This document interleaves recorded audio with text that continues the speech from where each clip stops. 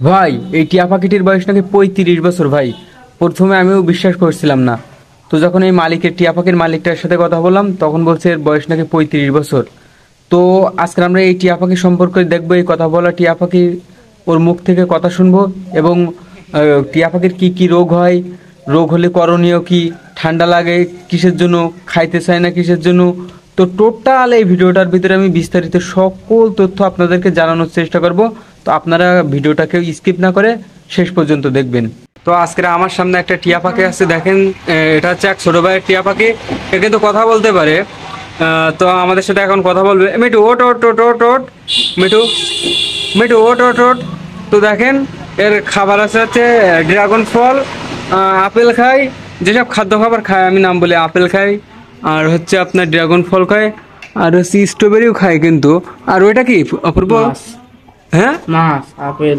মাছ। হ্যাঁ, মাছও খায়। দেখেন টিয়া পাখি একেবারে মানুষের মতো, মানুষ যা যা খায়, যেমন মানুষ ফল খায়, বিভিন্ন ফল খায়, আপনার মাছ খায়, মাংস খায়। তো মাংস তো খায় না, মাছ খায় দেখছি আজকে।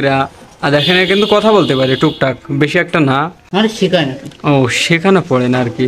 তো দেখেন আপনাদের যাদের টিয়া পাখি আছে, অথবা আপনারা যারা আমাদের ভিডিওটা দেখছেন ভাবতেছেন যে আপনারা টিয়া পাখি কিনবেন, কিনে তাদের কথা শেখাবেন, তো আমি আপনাদেরকে বলি এ কিন্তু একটু কথা শেখানোর চেষ্টা করবেন। প্রথমে কথা শেখানো বলতে প্রথমে একটু একটু শীষ দিবেন, তারপরে আস্তে আস্তে কথা বলানোর চেষ্টা করবেন।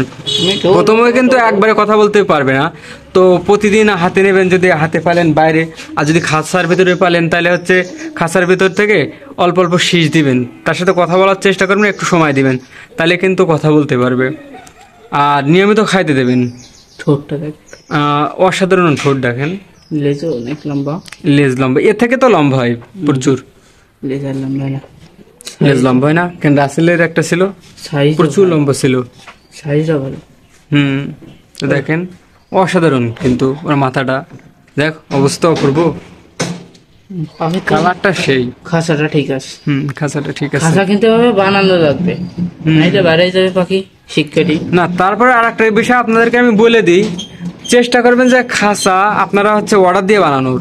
যদি কোনো ঝালাইয়ার থাকে, যে পাশে আসে আছে ঝালাই করে, তাদের কাছ থেকে অর্ডার দিয়ে একটা বানাই নেবেন। নাহলে যেগুলো আপনারা কিনেন, ওই যে ছোট ছোট খাঁচা লোহার, অথবা দেখা যাচ্ছে ওই যে মুরগির ফার্মের মতো এরকম যে ইয়ে থাকে প্লাস্টিকের, ওইগুলো দিলে কিন্তু, ওই নেট, প্লাস্টিকের নেটগুলো দিলে কিন্তু হয় কি, ওইগুলো দাঁত দিয়ে কাটে কাটে বের হয়ে যায়।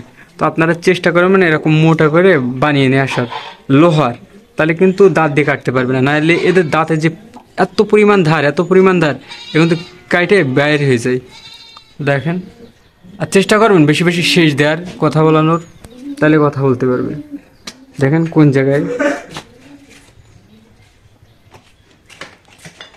অসাধারণ একটা পাখি, টিয়া পাখি।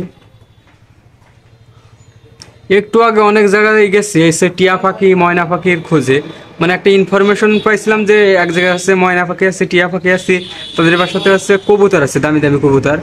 তো তারপরে অনেকদিন পর যাওয়ার পরে দেখি যে তাদের বাসায় ময়না পাখিও নাই, টিয়া পাখিও নাই, আর যে কবুতর ছিল তাও বিক্রি করে দিছে। তারপরে আর একটা ফার্মে গেছিলাম, তাদের ওই জায়গায় আছে বিভিন্ন ধরনের পাখি ছিল, যেমন ফিংস, ককাটেল, আপনার বাজিগার, আপনার লাভবার্ড।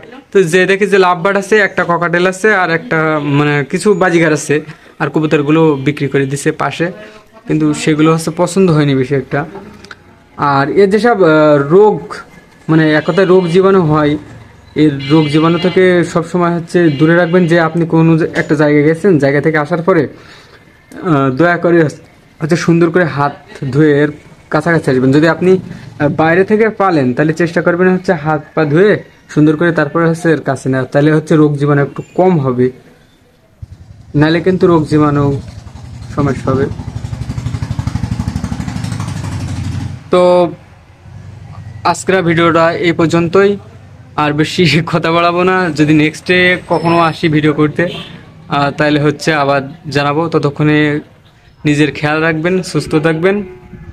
আর আমার চ্যানেলটাকে যদি নতুন মানে এসে থাকেন, আজকের ভিডিওটা নতুন দেখে থাকেন, তো অবশ্যই একটা সাবস্ক্রাইব করে রাখবেন। তো সবাই ভালো থাকবেন, খোদা হাফেজ।